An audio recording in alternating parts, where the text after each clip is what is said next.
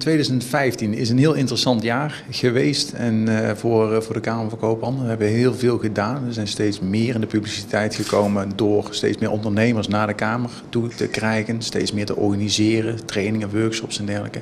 Die in het ogen van de Kamer zeer belangrijk zijn. De ondernemers moeten meer kennis en kunde krijgen. Daar vragen ze om, dus dat proberen wij te bieden. Daarnaast, Bonaire breed gezien, heeft de Kamer veel energie gestopt in de economische ontwikkeling. En gaat daar ook in 2016 zeker mee door. Voor wat betreft 2015 zijn er, zoals we ook in het nieuwjaarsevent de speech hebben aangegeven, zijn er 3 toonaangevende gebeurtenissen geweest die voor Bonaire van belang zijn vorig jaar. Dat is de bestuurswisseling naar aanleiding van de verkiezingen in april. Dat is de evaluatiecommissie SPIES die haar eindrapport heeft gegeven in oktober. En natuurlijk het referendum van 18 december jongstleden. Wat betekenen die 3 belangrijke dingen voor de Kamer van Koophandel? Voor de Kamer van Koophandel betekent dat allereerst sowieso werk. De nieuwe bestuurscollege betekent ook weer nieuwe mensen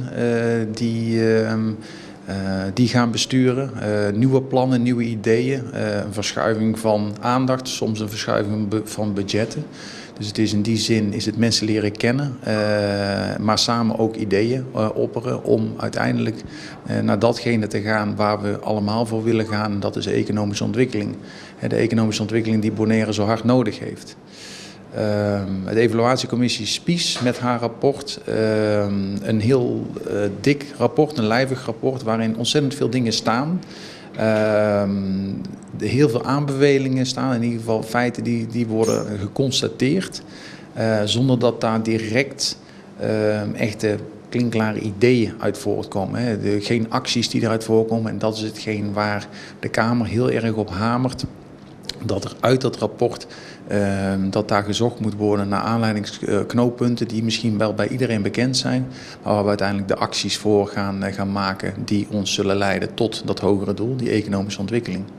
En als laatste het referendum, wat een heel duidelijk antwoord heeft gekregen. Een no heeft de bevolking gestemd. En ook daar zijn vragen uit voortgekomen. Wat betekent dat nu? Wat heeft het volk aangegeven? En wat betekent dat ook voor de toekomst? Komt er een vervolgreferendum of niet? Wat gaat het huidige bestuurscollege doen? Wat gaat Nederland doen? Wat gaat de bevolking doen? Wat willen we nu precies? En dat zijn heel veel vragen die op tafel zijn gekomen. En dat is waar de Kamer van Koophandel voor roept, zeker richting de overheid. Ben open in datgene wat het vervolg is. Ben open naar aanleiding van het referendum, maar ook naar aanleiding van het programma wat het bestuurscollege wil uitvoeren. Ben transparant richting het volk, want het volk heeft er behoefte aan. Er ontstaat vertrouwen op het moment dat er meer gecommuniceerd wordt, meer gecommuniceerd over wat ze doen. En uiteindelijk zal dat ook moeten leiden tot concrete plannen. En een voorbeeld die ik heb aangehaald in de nieuwjaarsspeech is een concreet masterplan, wat nog steeds niet er is. Maar ook bijvoorbeeld een afgeleide daarvan, een heel belangrijke afgeleide, is het strategisch toeristisch plan. De belangrijkste de belangrijkste pijler van de economie van Bonaire heeft nog steeds geen goed doordacht plan wat op tafel is, wat voor iedereen bekend is.